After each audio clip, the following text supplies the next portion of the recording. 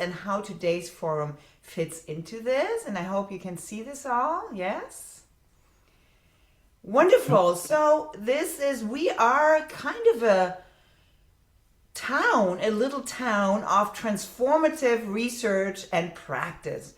And our motto is pairing cultural historical evidence, the treasure house of human experience as it comes down to us in texts and artifacts and rituals, with modern technology tools, especially in the age of AI, to drive global human flourishing and planetary stewardship. We definitely need that. The way we function is that we have these 9 pillars that are all addressed around current disciplines or questions, and where we then run all kinds of different projects. And today the pillar we are focusing on for this forum, the forum series always focuses on one of the pillars, is good governance in bad times. You see this here. When we imagined this title, Good Governance in Bad Times, a couple of years ago, we thought it was bad times. We have since gotten badder, and I use the regular comparative here linguistically, which is wrong because I think it's a systemic badder. And within this pillar here, we have several projects. We already had one forum actually on this pillar here. Comparative diplomatics for global governance. I'm going to talk about that in a moment. Then a special project also on trying to model how has diplomacy worked before the 19th century and the global Westphalian system we're living in today. This is focused on East Asia. And here we are actually in a pillar that has very weighty themes with the real fun stuff, athletes, equality, and diplomacy. This is what we'll be talking about today. And just to give you one additional context here, so we also have these bigger platforms that are actually designed as we call it, since we are really an incubator, to reinvent the relevance, importance of the humanities and social sciences in an age of STEM and business. We have these bigger platforms, one focusing more on the self, which is the Neuro-Humanities platform, how we regain human agency in an age of stress and all kinds of challenges to our bodies and neurosystems. And here, the second one from me to us actually is the Global Diplomacies platform, where actually we look into the heritage of diplomacy. What kind of systems have existed around the world, and sports diplomacy being one part of that. Then we say, how can we actually design tools that capture these different systems, that capture how people in very different cultures who grow up with different values and philosophies, religions, and practices, even around the family, how they actually engage in diplomacy, and how we can actually bring these wiring into tools that can be used in trainings for executives and for diplomats. And then we bring this into action really through a certificate program we are now building. We work a lot with folks in Geneva and in other places around the world to really bring this research into action. So it's not just about the history of diplomacy, but how can we use this treasure house of human experience and practices around diplomacy now to really make the bad times a little bit less bad. In this context, I also want to actually point to our sister initiative here, and this is something that actually is the baby, so to speak, of Greg Nagy and Lenny Milner here, the New Alexandria Foundation. And check out what their motto is: using technology, we rebuilt the ancient world anew. We did not coordinate about that, but it's actually very resonant. And this is an amazing initiative. You see here also expansive, collaborative, emphasizing primary sources, digital comparative. It's all the adjectives we also would select. And I'm really very honored to also be part of the board there. But the real leaders here are actually Lenny Milner here as the secretary, and then also Greg Nagy. And there's a wonderful book series associated with this. And in this context, I would like to now, without further ado, move towards the reason you came today, really the forum today here. And briefly say something about our speakers. So Lenny and Greg are the leaders of this project around athletes and diplomacy and equality and so on. And just a quick word here, I don't want to take too much time away. We have very distinguished project leaders here. So Lenny Lenny is an emeritus of classical studies at Brandeis and is the secretary of the New Alexandria Foundation.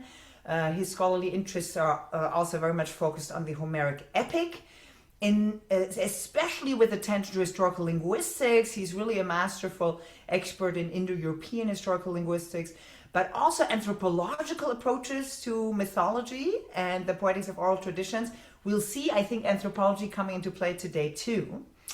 And Greg is a professor at Harvard. If you want to know anything about, understand anything about Homer, the archaic Greek literature, oral traditions, you really need to meet Greg, and also meet what I'm showing you here now. This course, if you are inspired by today, you can you freely enroll, Greg? I don't know whether it's free and open.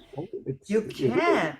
Yes. So this MOOCs course, this Harvard X course, has had, and I cannot, by now it has probably, it's a bigger number, 181,000 learners since 2013. And, Greg has developed this as the mastermind. And of course, the hero is very much connected also to sports, to war, to other activities. In that sense, it's very much relevant now to what we are going to hear today. So without further ado, I'm going to give it over to our two big heroes here. Let the games begin. Please take it away. Okay.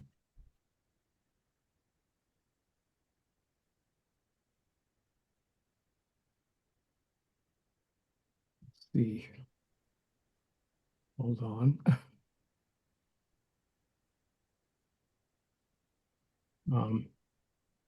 Now what's happened is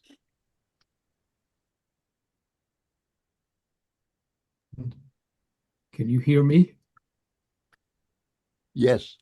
Okay. Yes. It's, what I'm having trouble with is I've got my PowerPoint, but I can't see my text. A second, hold on. If this is difficult, we can also do the PowerPoint for you, no? Maybe that would be better. Good. Okay. Meg, do you want to take that on, or I can do it? All right, doing it right now.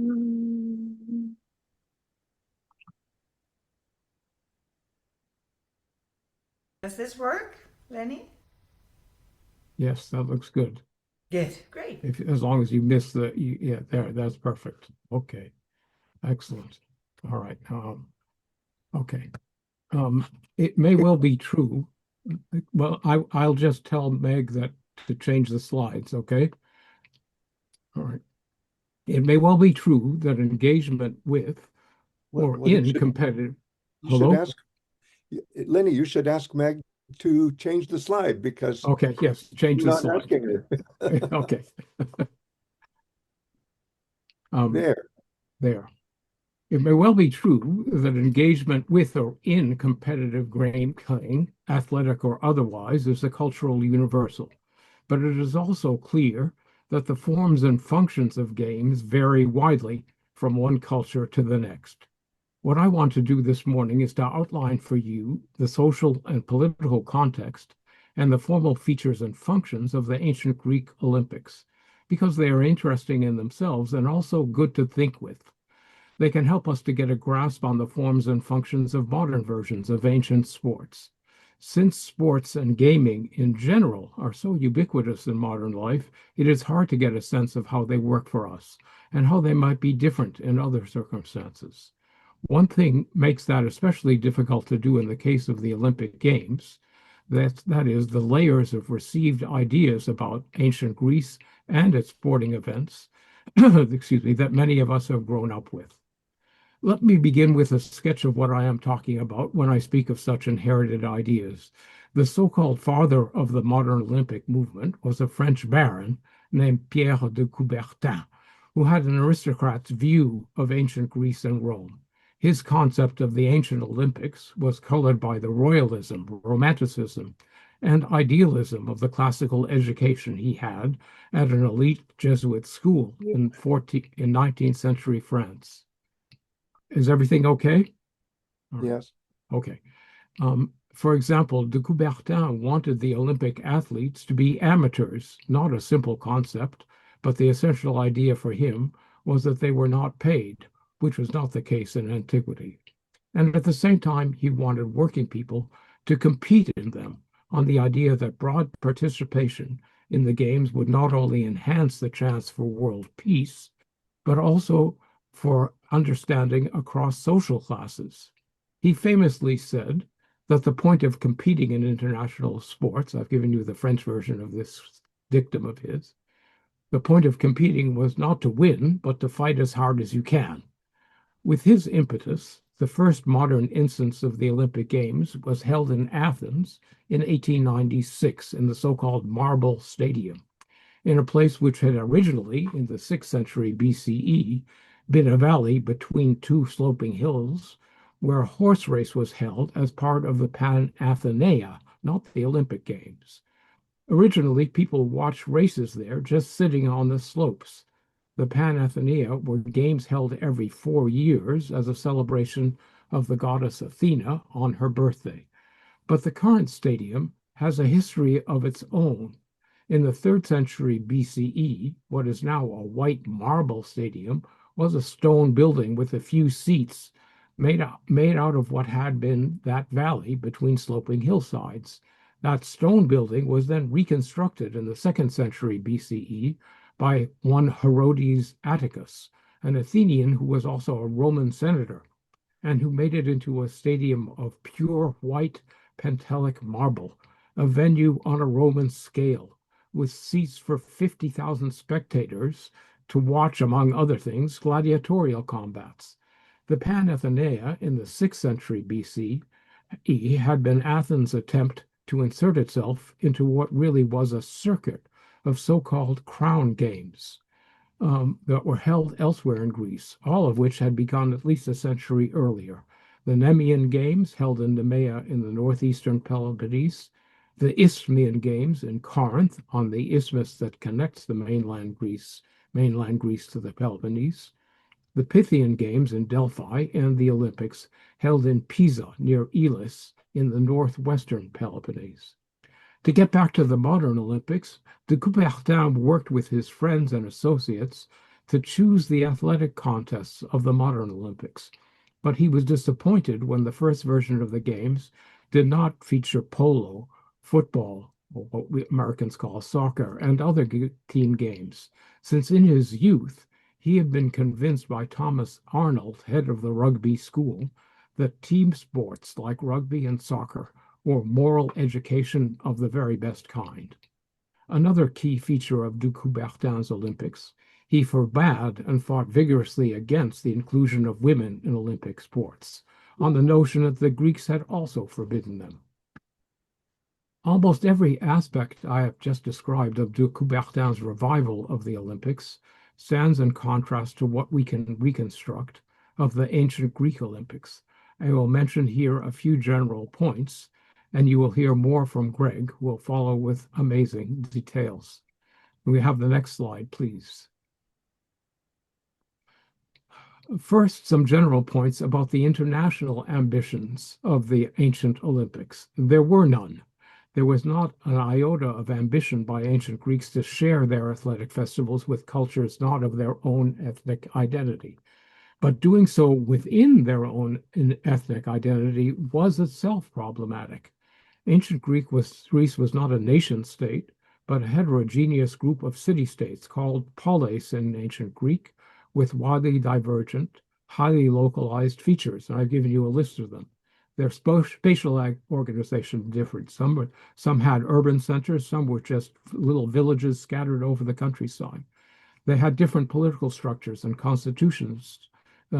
Aristotle in the 4th century BCE collected the constitutions of these city-states. They had differing social structures. Some had elaborate law codes of their own.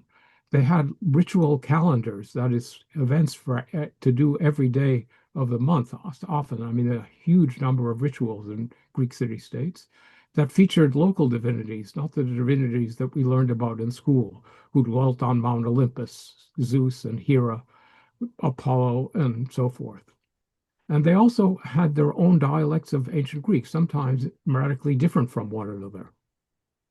The resulting situation was that for citizens in these city-states to participate in the Olympic Games, a truce had to be declared, which became the famous Olympic truce, notion associated with the modern Olympics as a peace-giving aspect of the Olympics. But the Greeks had to have a truce because not only did a citizen of one city-state have no right whatever in another, but also very often the relationship between these city-states was hostile to the point of being at war, even if war meant ritual warfare, in which once a year a representative of each city-state met a representative of its neighboring city-state at the border between them, and they smacked each other heads up on the head upside, and then went home until next year. So this is, you have to have a truce in order for the Greeks to get to Olympia, okay, and not to be waylaid on the way there. You might well be tempted to ask, after such a list, what, if anything, did the polis have in common? And the answer would be they did have shared institutions. The Homeric poems, for one thing, and we know that, for example, the Homeric poems were performed sometimes at the Olympic Games. The oracle at Delphi, which is a shrine that was thought to be in the middle of Greek space and shared by all, but shared in the Greek sense. That is, if you go to Delphi, and I bet some of you have been there are all these little buildings representative of each of individual city-states. They put themselves into the central space and maintain their separate identity. Which then there's also a specific kind of sacrificial ritual in which pastoral nomadic animals were butchered, roasted, and feasted upon. Another feature that Greeks had in common was the pantheon of gods on Mount Olympus, which are prominently featured in the Iliad and the Odyssey. And lastly, the Olympic Games themselves. In other words, despite the diversity and competition and hostility among the Greek city-states, they all conceived of themselves as Hellenes by virtue of a few common institutions. Can I have the next slide, please? It is not idealistic to impute to the religious festivals that features what we think of as ancient Greek sporting events. It's not idealistic to impute some unifying force to them, although considering them as a force for peace is probably a bridge too far. We can get a more precise understanding of this if we consider the events of the ancient Olympics and the way they were structured. All the so-called crown games of ancient Greeks, in other words, those in which the prize winner was awarded a vegetal wreath of some kind, were founded as funeral games in honor of a dead hero, a hero of cult who dwelt in the earth and protected the local inhabitants. The Olympic Games were ostensibly founded as compensation for a local hero named Pelops, although in his case, there's confusion and we're not sure about how he died.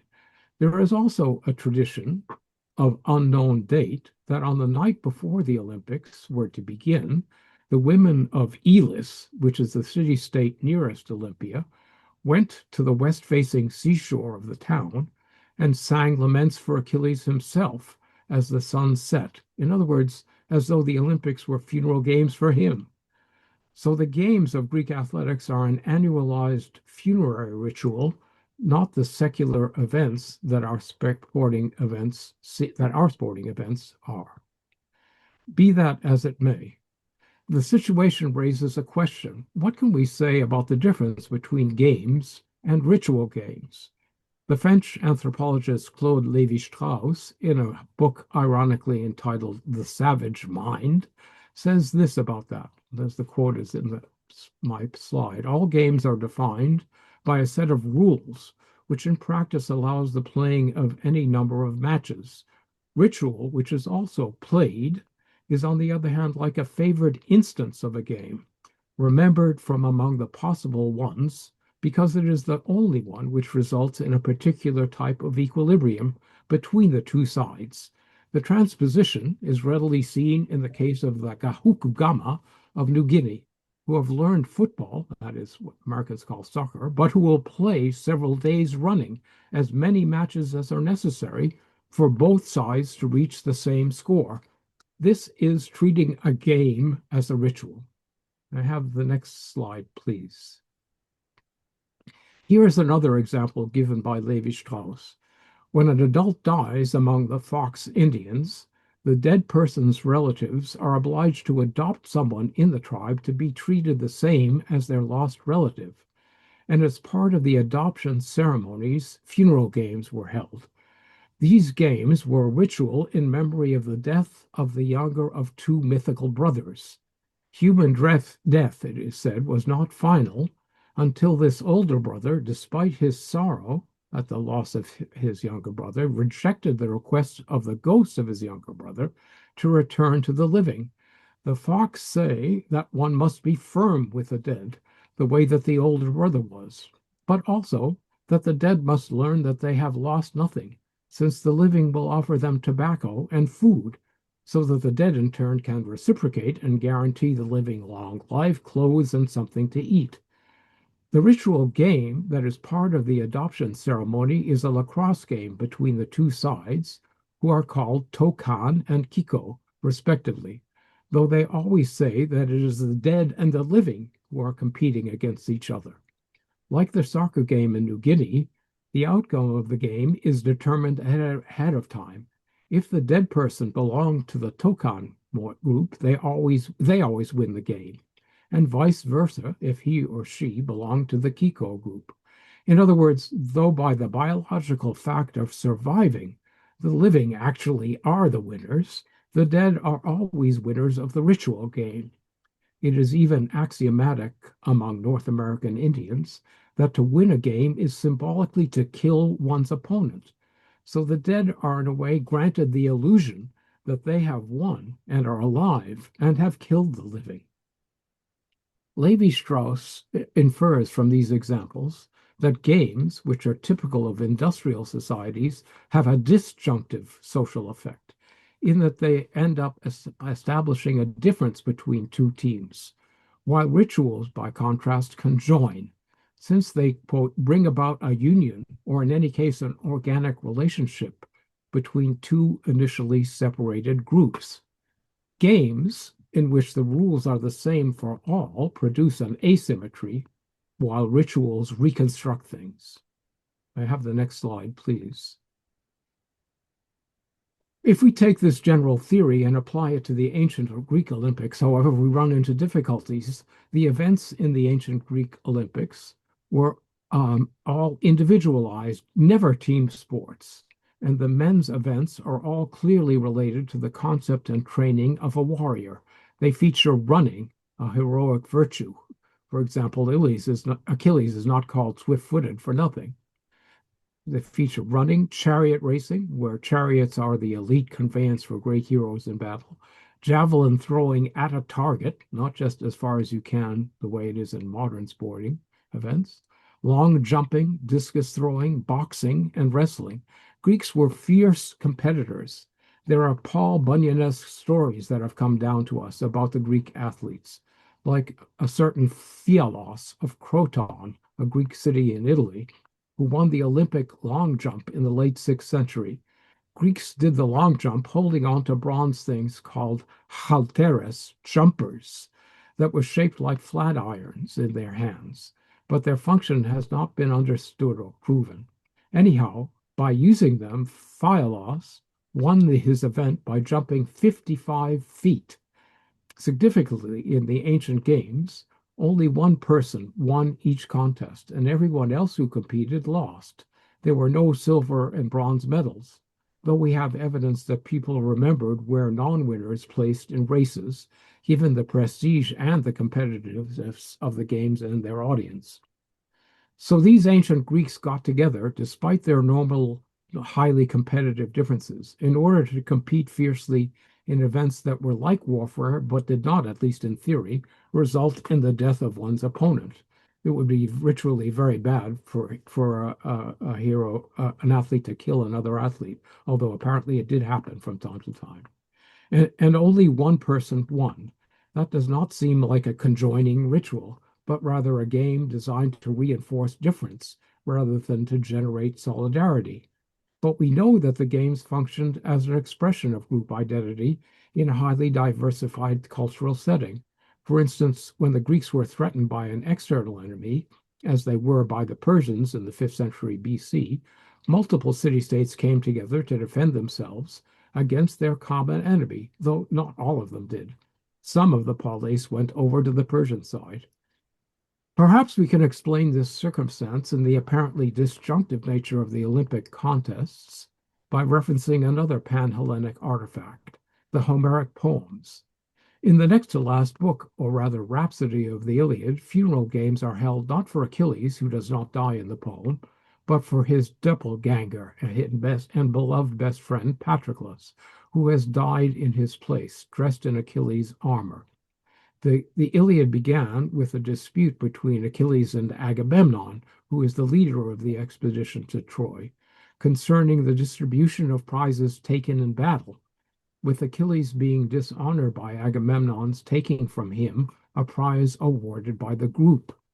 At the end of the poem, by contrast, it is Achilles who is in charge of the distribution of prizes.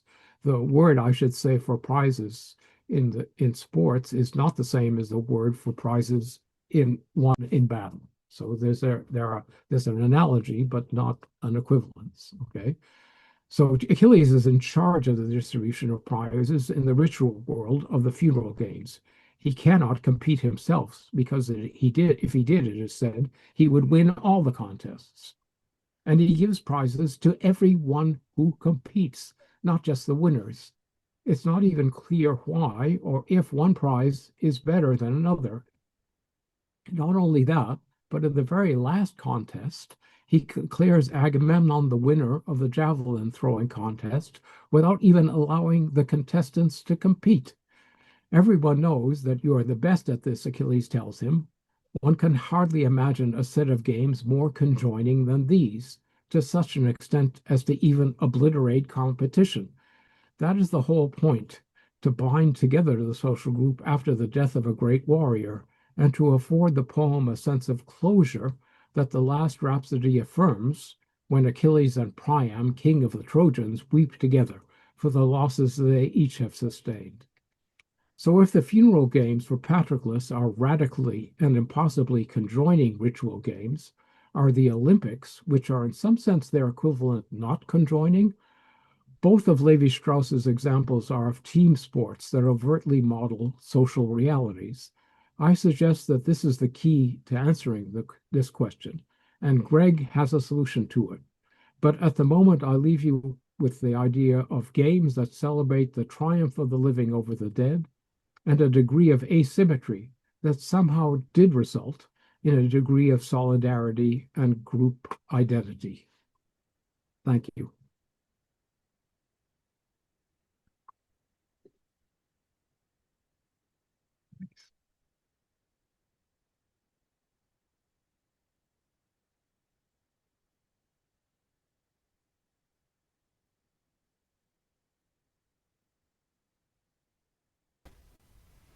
Thank you so much, Lenny. Greg, you want to go ahead and share?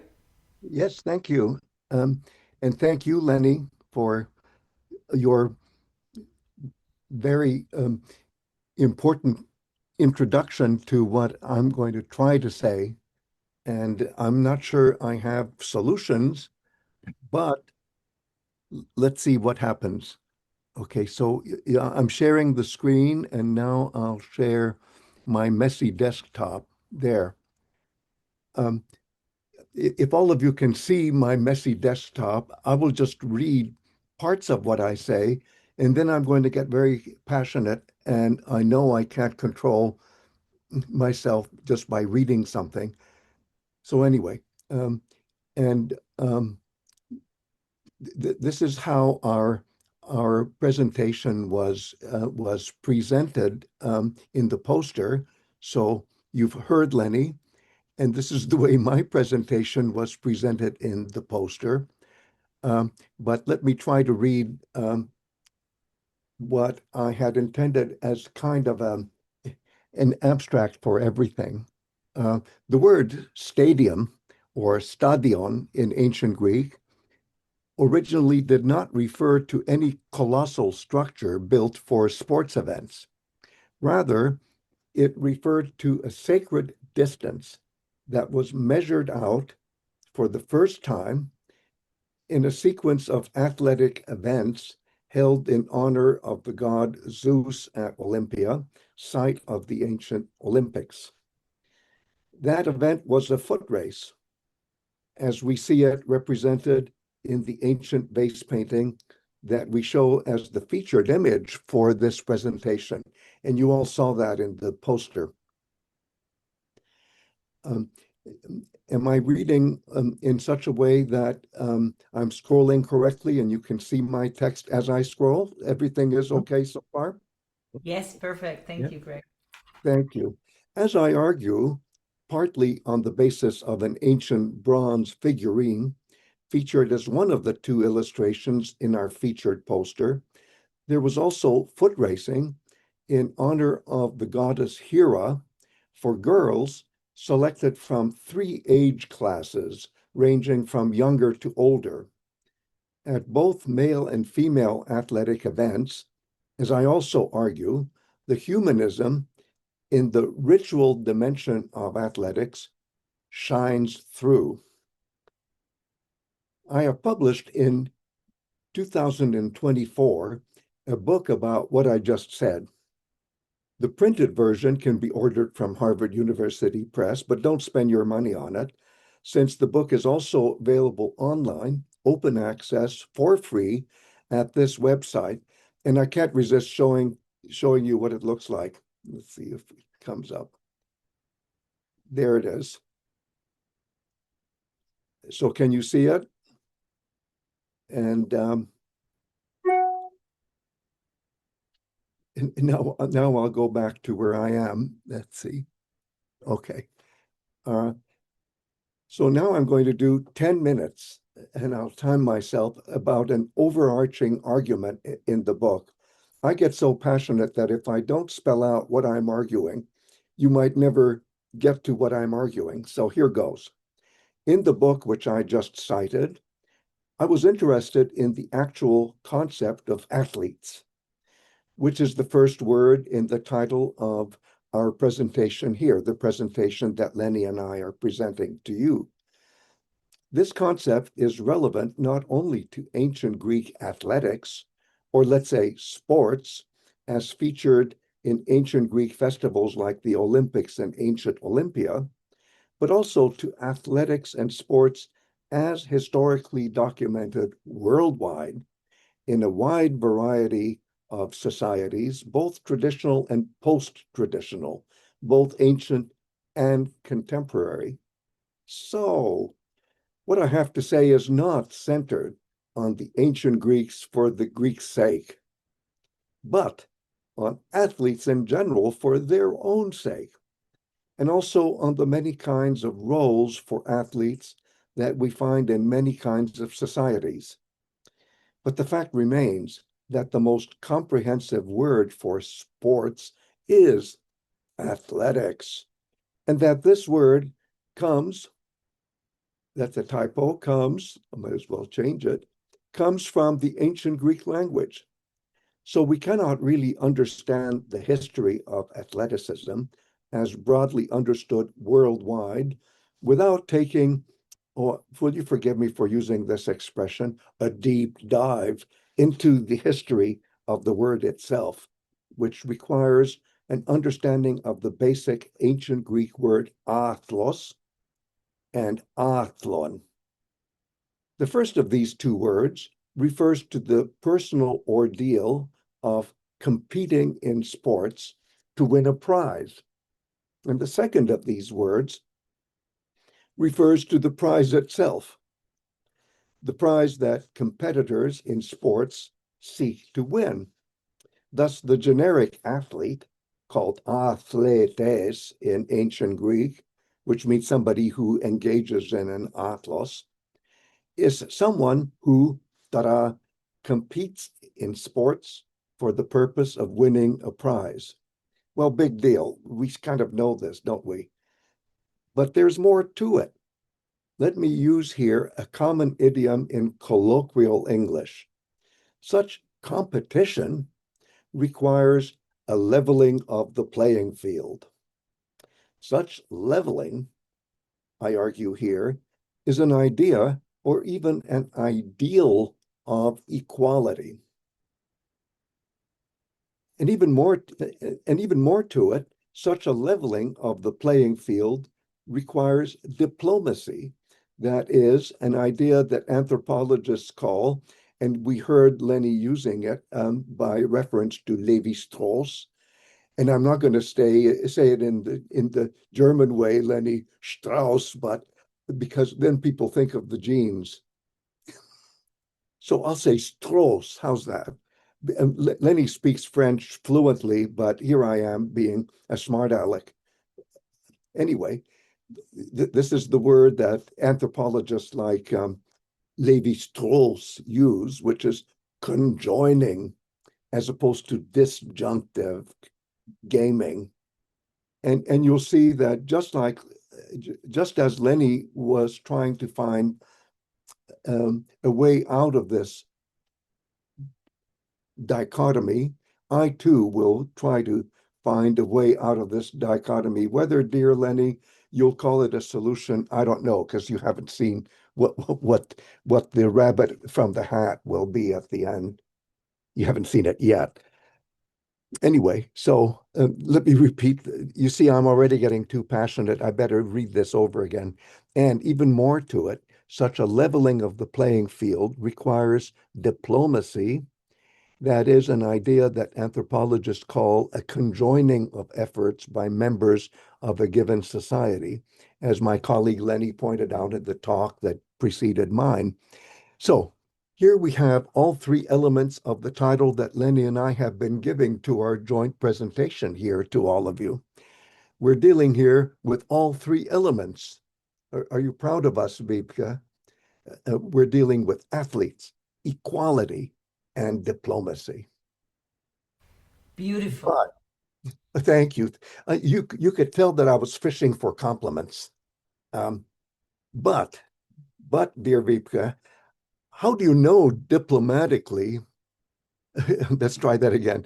But how do you diplomatically level the playing field in athletic events like the ancient Olympics, where competition seems to involve, as Lenny pointed out, individuals competing against rival individuals, and where we find no example of teams competing against rival teams?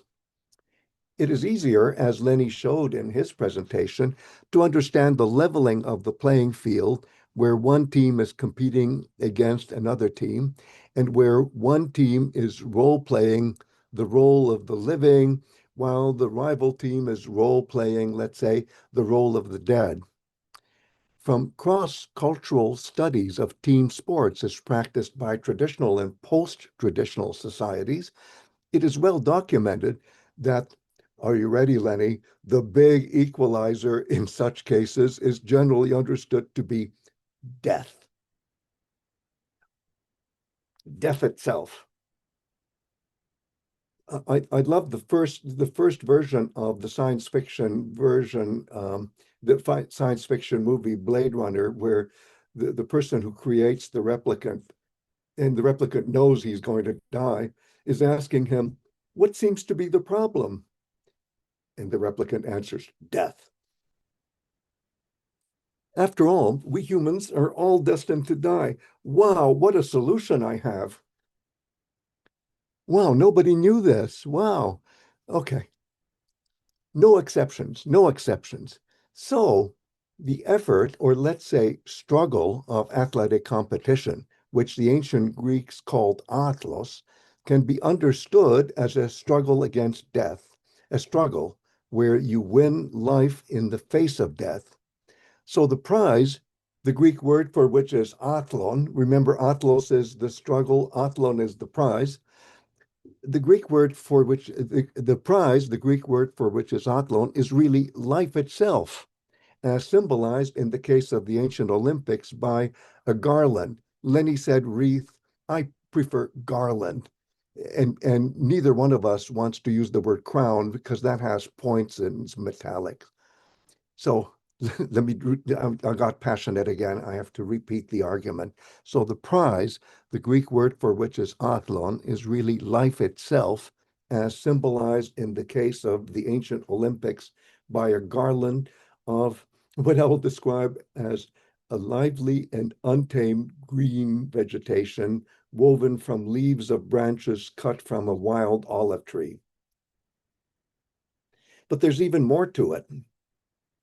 The athletic struggles of the ancient Greeks in their athloi, or competitions for prizes at festivals like the Olympic Games in ancient Olympia.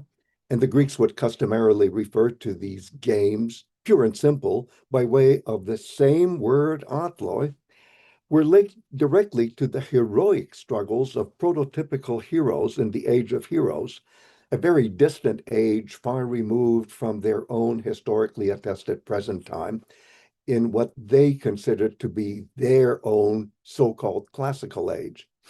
And the heroic prototype for the Olympics was the most heroic of all ancient Greek heroes, Heracles or Hercules, who was understood to be the founder of the Olympics.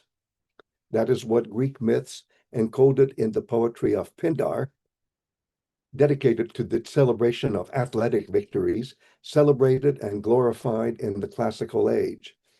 That is why the title of the 2024 book that I have already mentioned and recommended to you is worded as it is: Ancient Greek Heroes, Athletes, Poetry.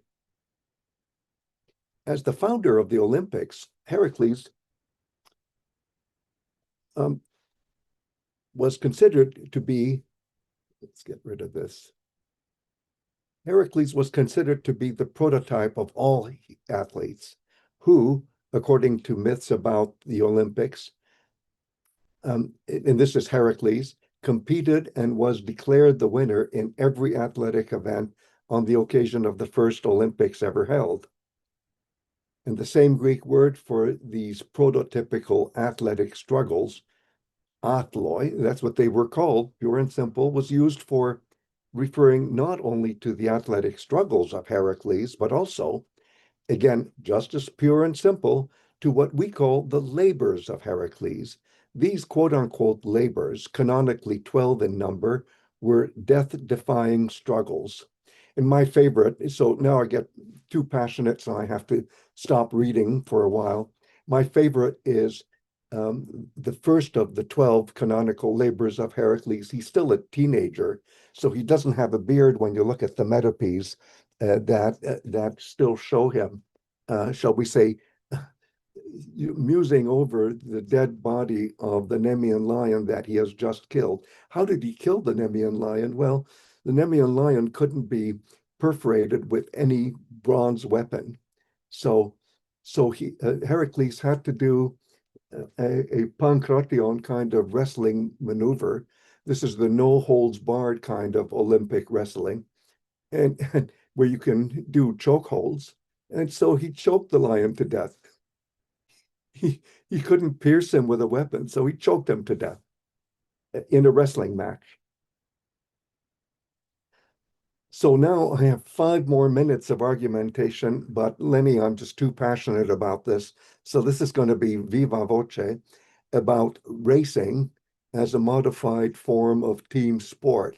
If you like, this is not my solution, but my rationalization for why, even though the ancient Olympics didn't have team sports, in a sense, any competition, whether it was foot racing, whether it was a stadium length foot race, which we showed an example of in our illustration, or whether it was a double stadium length foot race, or whether it was a modified foot race as engaged in by women, whether it was other kinds of races like single horse, horse races, or chariot horse races, or simulating combat horse races where there are two people on the chariot and the one on the left has to, get this, jump off when the chariot is going full speed and hit the ground running, as it were, and not get killed, and compete with other uh, competitors who are also hitting the ground running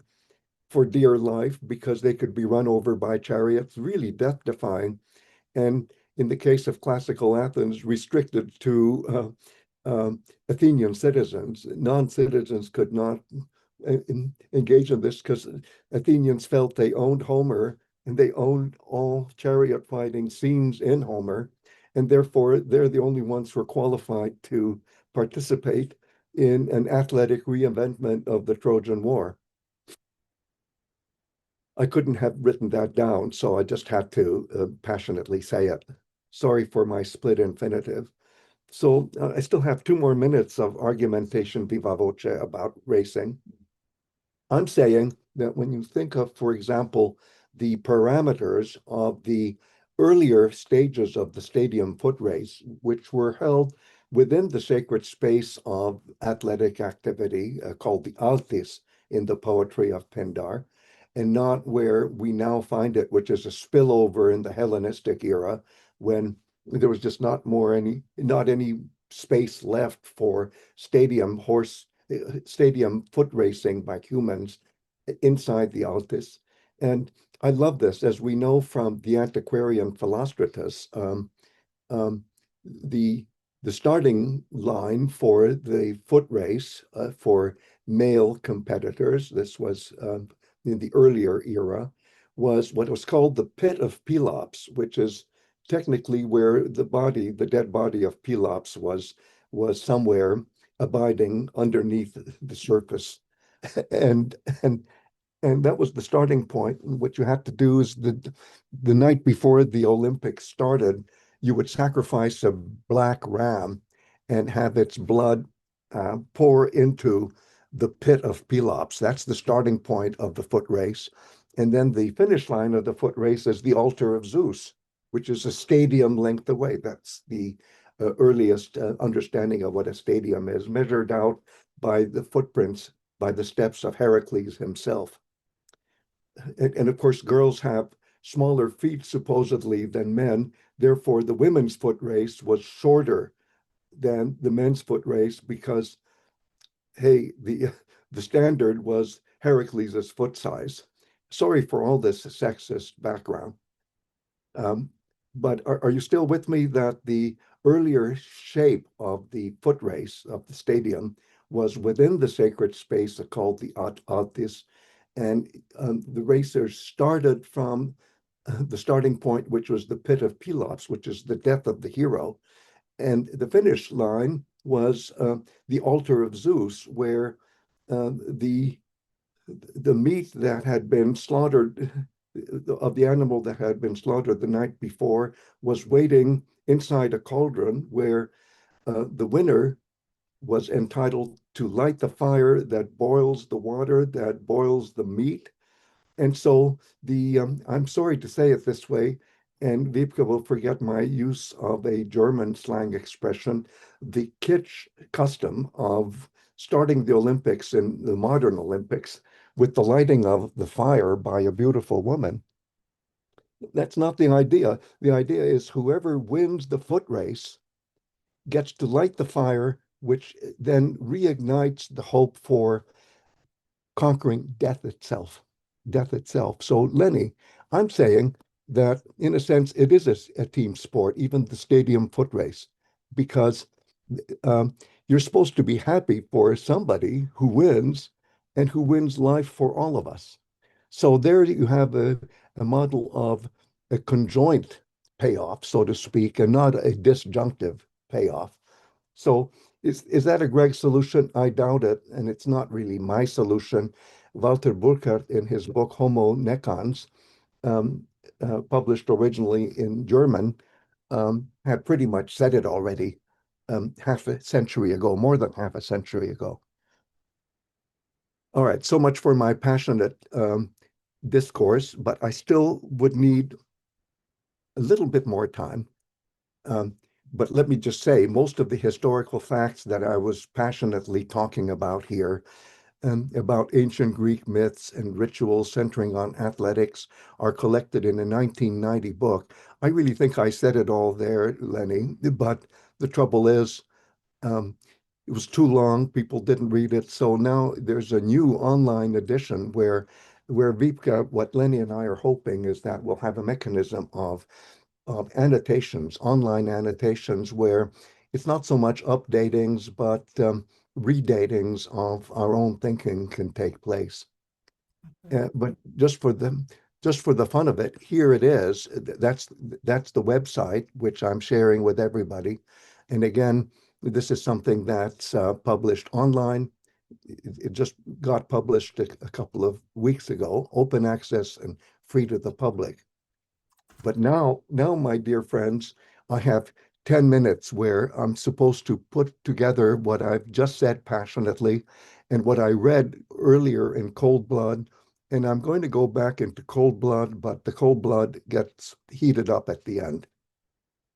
And what I've done is I've taken what I thought was a pretty good argument at the end of the 2024 book about athletics. And equality or egalitarianism, let's say, and and diplomacy. And so this is a watered down version, but I hope you like it. So one last thing I talk about in my 2024 book about heroes, athletes, and poetry is the most powerful poetic retelling of an athletic event experienced by a hero. Before I name names, I will talk first about the poetic retelling itself, which centers on an idea that transcends all other kinds of prestige, even the Panhellenic prestige of the Olympics. Lenny gave us a very good crash course about what he and I mean by Panhellenic. It's trying to highlight the few things that almost all Greeks have in common, and they're very few, and shade over the all too many things that divide them, and that's called Pan-Hellenism. Lenny and I didn't invent it; the Greeks invented the word.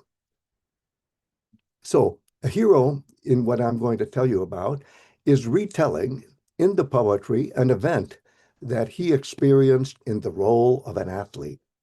This athletic event is grand, most grand, but Lenny, it is not Panhellenic in grandeur, or at least it seems to be non-Panhellenic.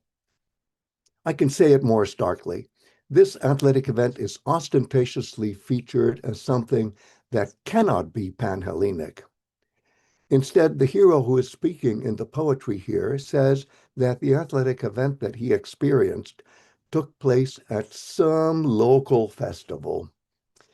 And ancient Greeks and also modern Greeks can be very uptight about localism, even though they should be very proud of it.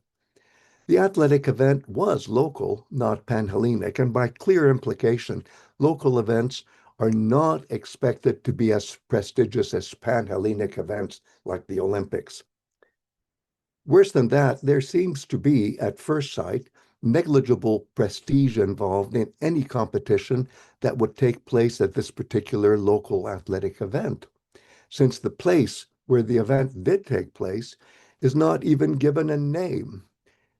If a place has no place name, how can it be prestigious? Now I'll start to name names. First, I name Euripides as the poet of the poetry here. He's a master of what I would describe as a poetry of local color. He became Panhellenically famous, but he specialized in local color. Next, I named the drama of Euripides the Alcestis, where the poetry features a retelling by the hero whom I have not yet named about his experience as a competitor at a local athletic event. Do you hear that again? Local athletic event. The hero involved is seeking to compensate for the death of Alcestis, a queen who has just given up, out of love, her life for her husband, the king Admetus. So poor Alcestis is dead. And now I name the hero, so involved in a death motivated by a woman's love for a man. The involved hero is none other than Heracles, Hercules for the Romans, who had been generously favored as an honored guest at the palace of Admetus. Admetus never bothered to tell his guest Heracles, oh, by the way, my wife just died and she died for me. He never told him. And so Heracles was having a good time and partying and then leaving.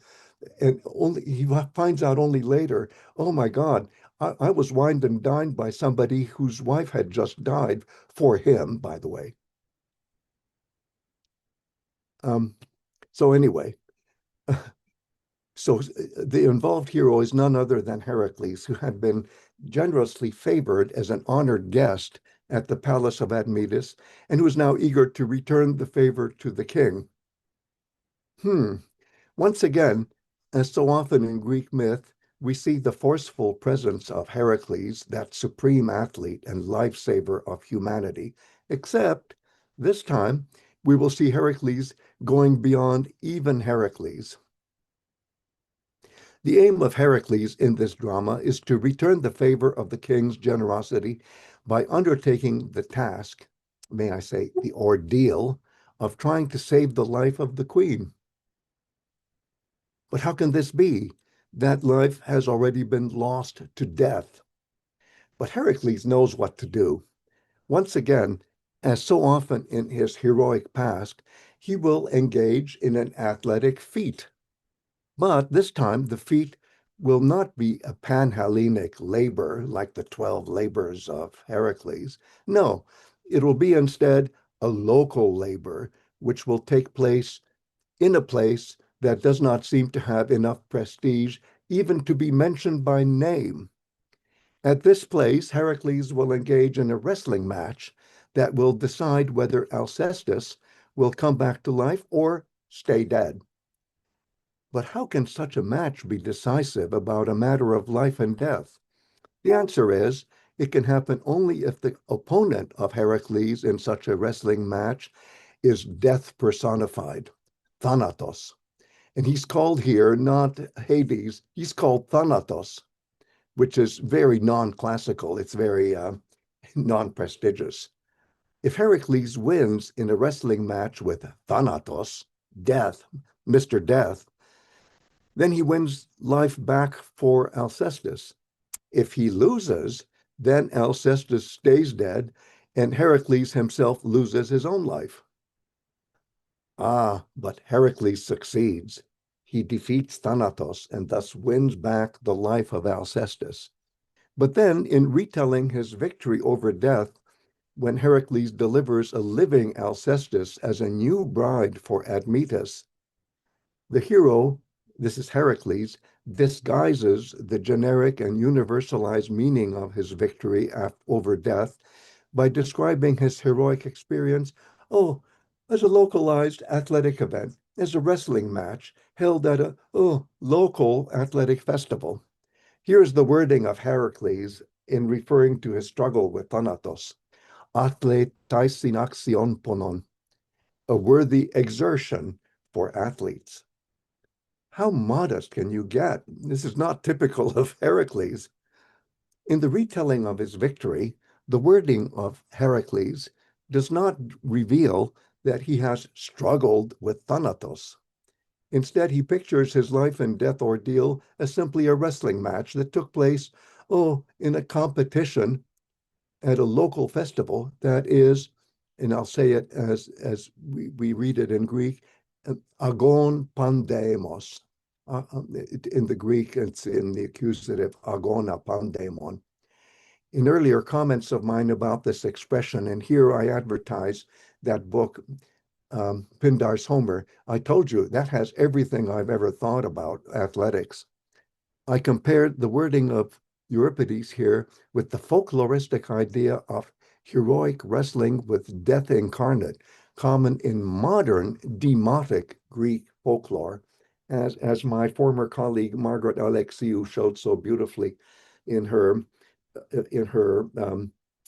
irreplaceable book on women's lament in ancient Greek, in ancient and modern Greek song culture, Alexiou, 1974. And let me just say that also, this is also in view of the fact that Hades, not Thanatos, was the Panhellenic manifestation of the death god in ancient Greek tradition. I find it most telling that the scholia, that is to say, the learned notes that survived in the manuscript tradition, introducing the whole drama of Alcestis, um, the scholia described the myth of this drama as ha diastomatos kai demodes historia, the story as it was passed on by word of mouth, the popular story, the demodes story. Um, and Meg Alexiou has lovely comments on page 5 of her book. The translation I give here for the adjective demodes, popular, requires further comment. This adjective is derived from the noun demos, as in democracy, the most general meaning of which was not only population, but also local population, a meaning that can be traced all the way back to the language of the Mycenaean Empire as reflected in Linear B texts. Despite such implications of what I call local color here, however, the localism of the local festival is too generic to be really local. After all, we see no naming here of the locale for the local festival. So maybe I should have translated pandemos not simply as local, but rather shared by all the locales, where the demoi, the locales or local districts, all have something in common, something they all share. And what can be shared by all populations, by all people? What can it be? What can be shared?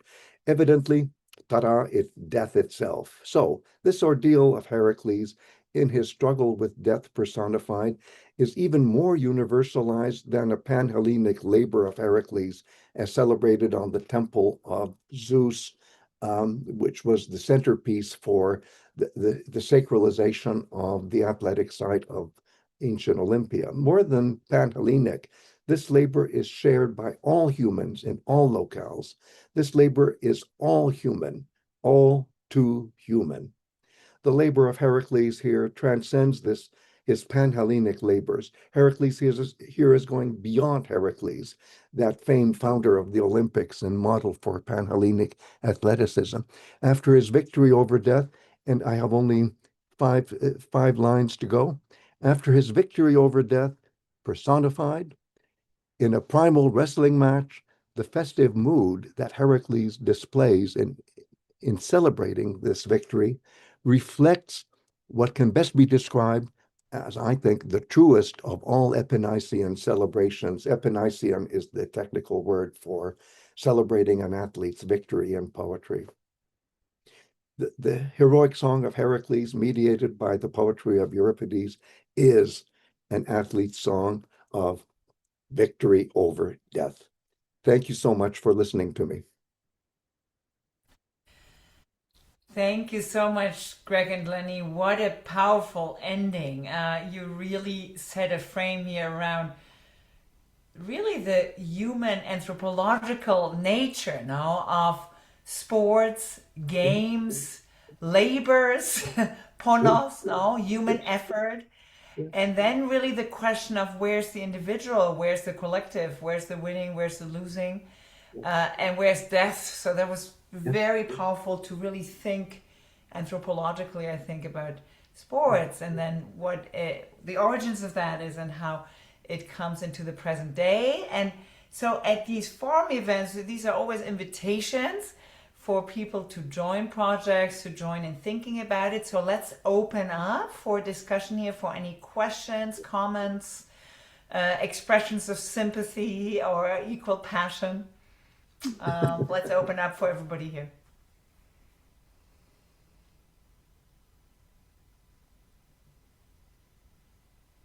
Yes, and I see, and yes, please. Hello, I couldn't find the little hand raise. Thank you both so much. I mean, Lenny was my teacher for years at Brandeis and my boss. Colleague. And of course, that he should give a talk with his teacher and colleague is just wonderful to see this interconnectedness. And as someone who is immersed more in the Roman world than the Greek world, a lot of things have come into my mind related to diplomacy, equality, and athletics. So I'm just going to throw this out here, not I don't have answers. These are just questions, and I don't expect you to have answers, but just to show you how motivating your talk was for the kinds of things I'm dealing with myself. The Romans, there's no Roman really in the same way as there's no Pan-Hellenism. It's lots of local peoples from all over the European world with different languages, different cultures, different rituals, different athletics, who are then captured by Romans, conquered by them, and told, if you want to live, if you want to overcome death, you become a Roman, and you accept our ways.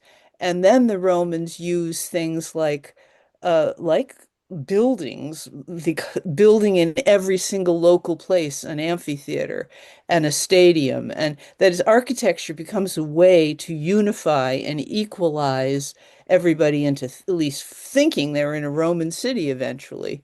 You build bath buildings, you build roads, you build certain things that look alike city to city. So when you move around this new empire, even though you still may speak Nucharian or whatever it is you're speaking, whatever local custom was there before, you're starting to feel more Roman. And what crossed my mind is in particular was the reference we have in Tacitus to the great riot in the Pompey amphitheater between the Nucharians and the Pompeians when they were watching a gladiatorial game. And of course, gladiatorial games were also not team sports. They were about one gladiator who could become world famous, really, loved by everyone. He was like a rock star. And his fame was that he kept conquering death. He kept winning or being allowed to not be killed and would be known everywhere. If something happened at that game in Pompeii that caused the Nucharians and the Pompeians in the stands to start killing each other. And it became so well known that the amphitheater was apparently, according to Tacitus, closed for some years because they couldn't have. This is not what we can have in a Roman city, is the Romans in the stands, even though they're calling themselves Nucharians and Pompeians, local names, local cities. They are Romans now. They're all under Roman control, and they're watching a gladiatorial game, seeing their favorites challenging each other and getting killed. So it occurred to me how ingenious the Romans were at using sports and architecture for equality and diplomacy to try to suppress the reality of now you're under imperial control.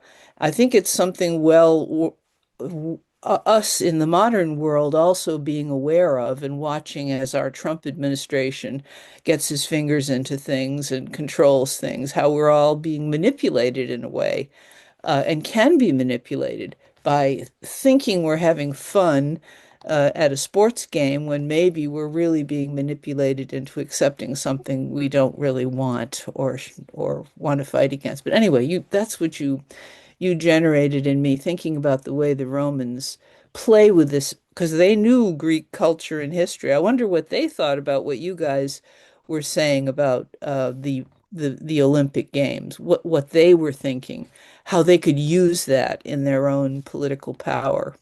Yeah. I'll shut up now. So it's not really a question so much as just something else for you to think about in the next stage of things, post-Hellenism. Oh yes, oh yes.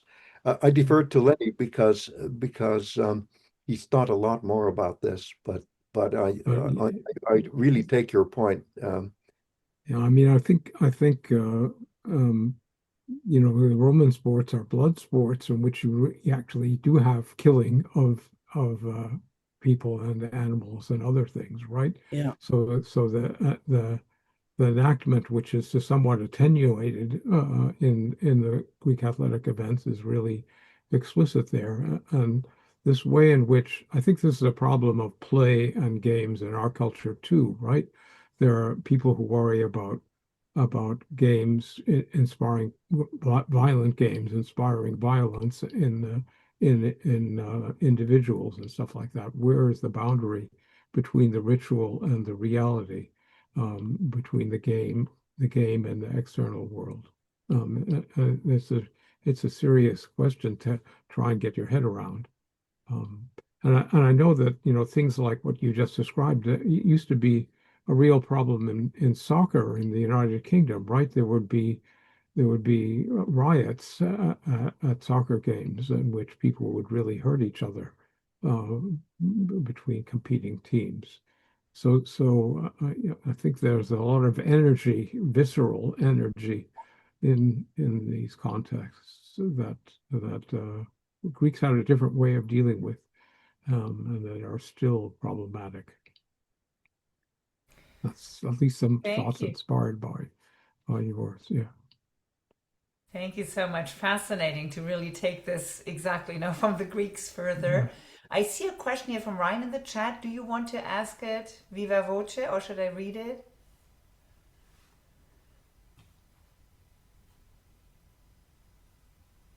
So here's the question. In response to the definition of athlete to win a prize, does either speaker have an opinion on the modern NIL, the name, image, likeness, financial incentive that young athletes now face and its implication on leveling the playing field? That means athlete transfer portal, negative impacts on local teams and programs. Any thoughts on this from our speakers? Whoa. Could Ryan explain a little bit more about how this works? Is it a real name, image, likeness, or is it an adopted one? It is real. It's real. Okay. NIL is real, yeah. Yeah. Wow. Well, could I just say something about celebrity? I don't know if that helps, Ryan, but there are these amazing narratives about super athletes like Milo. Um, Lenny mentioned him, but focused on another one of these super athletes. And in this case, he would show off by, for example, taking a calf and just slinging the live calf on his shoulders and running a double stadium foot race and then butchering the calf and cutting it up and eating all of it. Eating the whole thing, yes. And and if you're interested, Ryan, I have a whole essay on Milo's exploits, inspired by um, a dear friend of Lenny's and mine, Marcel Détienne, who had very interesting things to say about Pythagorean athletes. We all know that Pythagoras, on the, shall we say, priestly side of things, was a vegetarian, but their warrior class were carnivorous. And there was a lot of name recognition, so much so that everybody wanted to defeat Milo. And so, guess what happens? There's a war with the people of Sybaris. And so he appears in front of the whole phalanx, wearing all of his Olympic garlands that he had won. So, I don't know how you pile on garlands on your head, but talk about recognition. These people were high recognition. And about money, I guess this is all about money, isn't it? Yes, I think so. Yeah. The Coubertin, as Lenny pointed out, mythologized the ancients, thinking that they were all amateurs. I don't know if any of you have ever seen a film that I know Lenny and I like a lot called Chariots of Fire, where a working class kid um, gets disqualified from the Olympics because he actually competed for money in his youth. Um, so So when it comes to monetizing athletics, I think that's the word we're thinking of. And I don't understand the technology of what you mentioned, dear Ryan, but when it comes to monetizing, it's not something that's happened overnight. It's always been there. Yes. Yeah, I think it's very important to understand that even in the modern Olympics, which are professional, there are amazing people from very poor backgrounds who become great athletes. I think of a person who was really important in the French Olympics from the French point of view. Her name was Marie-Jo Perec, who grew up in Guadeloupe, in the poorest of poor places. And she was, as an adolescent, some guy came to her school and had all the kids in the school run a race uh, because he was recruiting athletes. She was a very shy girl. And when it was her turn, he had pulled out his stopwatch and she ran the race. And he said, "Wait a minute, you better do it again. My watch must be broken." Okay. But that's how fast she was. But what happened? I mean, this is a wonderful story about someone who, she eventually made world records in racing. But she was then taken up by local authorities, and she was trained in California, and she got sponsored and financed, and so all of the amateurism and simplicity that she grew up with, um, she still has a very modest and shy character, but none of what she's accomplished would have been possible without the monetization of her as an athlete, right? This is such an Yeah. integral part of our world, and it was true in ancient Greece too. I mean, Oh, we all, yeah. I mean, we all know that if you won one Olympic contest as an Athenian, you were fed and lodged at public expense for life. Okay, but these athletes, they got sponsored by tyrants and other people. They got wined and dined and treated like royalty themselves, right, Greg? I mean, oh yeah. I have stories. Yeah. So So it's not wonderful, new. Lenny, that you had reminded us that athletes were not paid, but that they Yes. were kind of paid in natural kinds. That's the Exactly, difference. So that's exactly. They that get kind a of leads little, all the way to. they get a garland or a wreath, whichever you prefer to call it, but there was a lot of other things behind that. Yeah, Nourishing the physical body. Yeah, great. yeah, Other yeah. questions?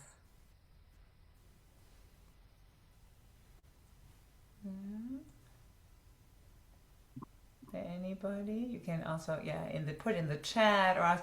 So then am I allowed to bring up questions? We talk all the time, but unless there's Please. somebody else who would like, and there are three questions. You can take out any part you want, but I really love your project in so many ways because I think it uses a really fun topic that's relevant for all of us if we work out, if we like watching the World Cup, whatever it is, in whatever form, but also cuts to really deep philosophical kind of anthropological questions. So here are my three questions, and then you take what you want from that.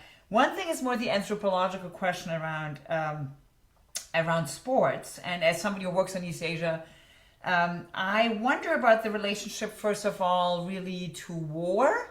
No, I mean, the real main sports in China, for example, or pre-modern East Asia, there would be archery, which is very clearly, so it's a ritualized form than the games, no, of something related to hunting actually or killing in war. So archery would be more the comparison there. And then on the other side, not just war, but also really education and Confucianism. Archery is one of the things that educates you. These are the diplomats, the elites that will become diplomats. And if you think, of course, about East Asian martial arts, it's all about how to control yourself, no? And in that sense, sports is something that's related to war, to hunting and big shows. I mean, it's very big in East Asia too, in China, and all these big hunts that basically tell other communities like, don't get close, no, we are really good warriors. So, war, and then on the other hand, education, elite education that leads into diplomacy. That's the anthropological question, number one. The second question is more the philosophical question, and you really it struck me today so much that you talk about, the fact that there's no collective sports really. I never thought about that. And if you think about, so what is the relationship between, athlos, really, that you talked about, the athletic game, and agon, no? If you often philosophers talk about, well, there's agonistic, individualist kind of Western post-Enlightenment culture that we're still stuck in. That's one of the problems. And then in East Asia, you have these more kind of communitarian, collective, whatever you want to call them, these almost cliches. But what is the relationship there? No, athlos really, and agon, and agonistic culture of really just fighting for yourself, where you need to balance ritualistically afterwards. No, so that's the more the philosophical question, which is actually a lot about our moment now: me versus the collective. And the third question is, and Olga already brought this up, about the question really of sports as a soft power kind of diplomacy and the use of that as a global tool. As somebody who was in Athens in 2004 and saw how the Greeks prepared, and 2008 in Beijing, the first Olympics in China, which was a huge branding event for all of the world. This was really bringing China into the global fold. These are both, great democratic events in that sense, but also really like global tools of nation branding and so on. And what are your thoughts on that? What we can do, how this can be used, how we cannot be abused, but how this can be positively used for good governance, no? So I'll leave it there, and we have a few minutes left, so you can speak to any or nothing of, what I just brought up in this context. Yes, please. Um, I deferred to Lenny, but could I start with that very important point that you made? And I'll be very brief. This is a footnote to what you said, dear Vipka, about agon. And I think of Nietzsche, your country person, and what he called the agonale Geist, the agonistic spirit. And the thing is that Lenny can say this much better than I can. That's not just the Greeks; it's all humanity. There's this agonistic drive. But the part that I want to explore, I'll limit myself to 1 minute, which is that if you look up the word agon in your standard Greek to English dictionary, there are three meanings. Okay, the first meaning is simply um, getting together. Um, and it's like meeting, whatever. Second meaning, competition. And then the third meaning, which you still see in the English via the Bible, meaning agony, as in agony in the garden. So meeting, competition, agony. Those are the three meanings, shall we say? And in Euripides's kind of proto-tragedy exercise called the Bacchae, there's a herdsman who says, "Well, we came together and we competed with each other in song and dance to narrate the agony of Dionysus when he was dismembered." So you have the birth of tragedy. Again, I think of Nietzsche, the birth of tragedy, and it's all there. But here's the best part. I would say this to students, that there's meeting, there's antagonism, and there's agony. And guess what? I never thought of this, but I learned it from my 14-year-old granddaughter, is when she competes, where does she go? She goes to a meet, MEET. Wow. So, Lenny, I'm sure you can take this much further than I can. No, I mean, it's really a summary of all the things that we've been talking about, that this one word has embedded in it, the tension between groups and their unity, and the suffering and the struggle that athletics represents. Yeah. But I just wanted to say a word about team sports, because I didn't want to leave the impression that there were no team sports in ancient Greece. We don't have a lot of information about them. That we know that that ephebes, that is adolescents, were permitted to play team sports, okay, of certain kinds, usually featuring some kind of a ball game in a field and winning territory and stuff like that. There are reports of these things, but there's also a rather famous example of something that Greeks don't know, thought of as unusual, which is the first sentence of Plato's Republic, where the narrator talks about this first speaker says, "I went down yesterday to the Piraeus to view something new that they'd never seen before, which was a festival for the Thracian goddess Bendis, an imported divinity, where they held a torch relay race on horseback at night." How do you like them apples, right? This is something that they never, is completely alien to Greek life. So the point is that I think adolescents and foreigners participate in these sorts of things, but for Greek adult males, elite males, it's individual combat. It's an aristocratic thing, I think, elitist thing, and that's why the team sports are so alien to Greek Olympics. Yeah. But may I say, this is a footnote to a footnote, and I'll do it in 5 seconds, that etymology 101, Bendis, the name of the goddess, is cognate, for example, with German Bund, with English bond, it's bonding. She's the goddess of bonding, of social bonding. Yeah. But it's also a descent into the underworld that the first word evokes, right? And kateben is the word for going down to the other world and seeing what's there. So there's a whole bunch of interesting things there. Well, anyhow, leave it to Plato to be so smart. He's so smart, so wicked smart. I think this is a great moment to end here, but saying only that I really look forward to the next steps with your project. We are planning, I mean, FIFA is coming up. Sorry, I'm a European, so soccer does matter. More than cricket or ping pong diplomacy, no, sorry. But in that sense, I'm particularly interested to really follow up on all the anthropological leads here, and then as it pertains to the current historical moment also, and so on. So stay tuned with this pillar. The next forums are coming up in April, May, and June. The next one will be Music Across Borders here by Makoto Harris-Takao, who recently joined MIT in the music department, and then David Irving in Barcelona, all very exciting researchers, also practitioners in early modern kind of global music, and Mike Block who's our artist in residence, who is actually from the Silk Road Ensemble but has his own label. I hope he might be playing here, which would be nice. He is, amazing performer. So that's going to be the next one, April 10th. And then we'll have the medicine and healing arts and heritage and memory in May and June. So let's take a moment to thank our presenters here. This was really amazing, so inspiring.